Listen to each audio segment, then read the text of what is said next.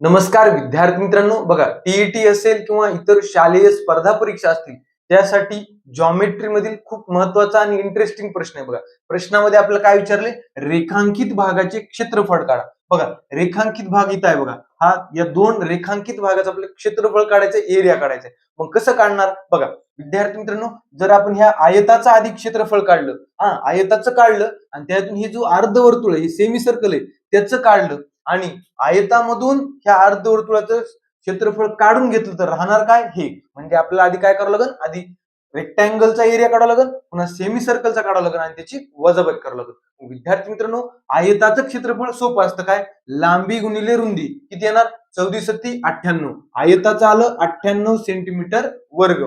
आता आपण ह्या अर्धवर्तुळाचं काढू.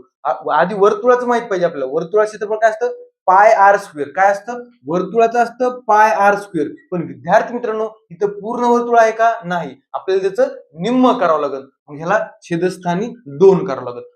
काढूया अर्धवर्तुळाचं. काय, पाय म्हणजे 22/7 बरोबर का, गुणिले आर काय इथं रेडियस, रेडियस बघा 7 आहे का रेडियस 7.